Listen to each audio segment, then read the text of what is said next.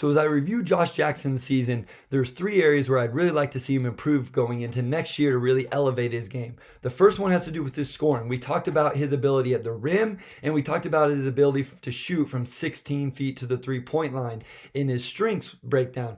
In this one, we're going to look at the in-between there from 3 to 16 feet. And then the other two kind of work hand in hand, his decision-making and turnovers. But the first thing we're going to look at is that in-between scoring. Okay, this is between 3 and 16 feet. He only shot 37% on these shots. Here we saw one of these where he misses this shot. Little handoff with Plumlee going to his right hand. He gets in that area, 3 to 16 feet, and just isn't able to finish. These are tough shots. That's a tough contested shot, no doubt. But this is an area where I'd like to see him make at a higher rate. Here, he's going to use his size. I love this. I actually love the mentality from Josh Jackson. This is Derek White, smaller defender. Jackson's longer, more athletic, able to rise up over, but isn't able to finish. So if we want to see his offensive game, specifically his scoring, as you see him kind of frustrated with himself, take another step, it's going to be in this area. I don't know that we're going to see him become a 35-40% three-point shooter all of a sudden, but I do think he can make these shots. As we see him utilize, a ball screen, kind of snake it here, this little float shot from 7-8 feet outside the lane, just misses short, not able to put it in the basket. We're going to see it again here. I love this. This is a beautiful move. Like his ISO game, his ability to create for himself is really nice. The ball handling there, he gets loose with it at times, as we'll see later, but this is the shot he has to make. Again, not an easy shot, this floater, but he misses it short. We'll talk about his decision making in a second, where he could have made a better decision there. But he has it in his game, as we'll see here, using the ball screen, puts the defender in jail, and then shoots that nice little push floater in front of Gobert. So this is what I'm talking about. This is where I'd like to see him finish at, a higher rate, a 40, 45, even 50% rate on these shots right there. And that's going to take his offensive game, especially his scoring, to another level. Now, I think the absolute biggest area where I'd like to see him improve, and it's tough, I don't know if he can do it at this point in his career, is the decision making. Sometimes this is a hard thing to improve on. Here we'll see him use the Plumlee ball screen. And one thing I do want to say is spacing can help him. Right now, if Sekou would stay here, and I know Sekou, he's a great cutter. It's what he does best and where he's most comfortable. If Sekou stays here and keeps the floor spread, this is an easier read and decision for Josh Jackson. That one's not all on him. So I put that clip in there because I do want to make note that some of this stuff for these players would be easier if spacing on the floor was better overall from the Pistons. But here he uses the handoff with Jeremy Grant. He gets into the lane. And I love this. Josh Jackson can get to the lane. I showed that in his strengths, but he's forced the help. I would love to see a kick here from Josh Jackson to Saddiq Bey as he continues to relocate, or throw it to Saben Lee. Maybe he makes it. Maybe he forces a rotation and then he makes the one more to Bey.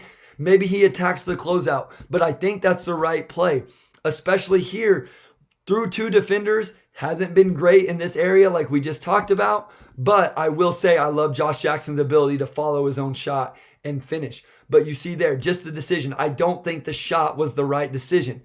Here again, I think this clip highlights it the most. Again, spacing isn't great. He has a bounce pass to Plumlee or a lob to Plumlee for a dunk. He has a kick to a wide open Jeremy Grant for a 3, and instead he forces up and gets blocked on one of those in-between quote-unquote shots that we talked about to start this breakdown. Again, he stays with it, isn't able to finish. I like his toughness staying with the play, but the right play there was the pass to either Plumlee or to Jeremy Grant. Here, he uses the ball screen. I love it. To hit on this point one more time, shoot that little push floater right here over Gobert. I don't think he's confident in it yet. Maybe he will be next year. But he makes too soon of a decision. It's not Stewart open on the roll. It's Rodney Magruder at the top of the key because his man is helped. So he's not reading the floor. He's not reading the help defense. He's just seeing what's in front of him and making the play. And then this may be a lot to ask, but here I think he forces up another tough shot. And instead of continue his dribble along the baseline and then whip this pass to Jeremy Grant or the hammer to Saddiq Bey as he gets to the corner, but he forces up a tough shot that doesn't really have a chance. And I know he can make those, again, in his strengths. We talked about his ability to make tough shots, but I just would love to see him. He has a 1-to-1 assist to turnover ratio. Some of it because he's high turnover, some of it because I just don't think he makes these passes. I put this one, I think he's actually passing this, but you can see his teammates feeling on it. Jeremy Grant's holding his hands up like, what are you doing? Why aren't you passing? As him and Sadiq Bey are open. And watch Sadiq Bey. He's like, hey, Jeremy, he was passing it. So his teammates notice it as well. So I think it would go a long way in improving his all-around game if he could figure out how to read defenses, make those passes, maybe just change his mentality a little bit. And then finally, the turnovers. Again, I mentioned he's 1-to-1 assist to turnover ratio. Some of that has to do with his inability to create for teammates or his willingness to. I don't think he's selfish. I just don't think he sees the play. Some of it has to do with turnovers. One, he gets caught in the air a lot. So he makes up his mind, I'm going to go score. He jumps. Defender for the Rockets is able to step in, Oladipo, and take the charge. But where I really think he has to improve is I just think he's too loose with the ball, too careless. Here, see, he loses it, gets away from him, okay? Gets it back, and it just isn't strong with it. There's so many clips I could show you where he's just simply not strong with the ball, where he's loose with it. Here, he catches in the corner. Joe Ingles, simply just knocks it out of his hands.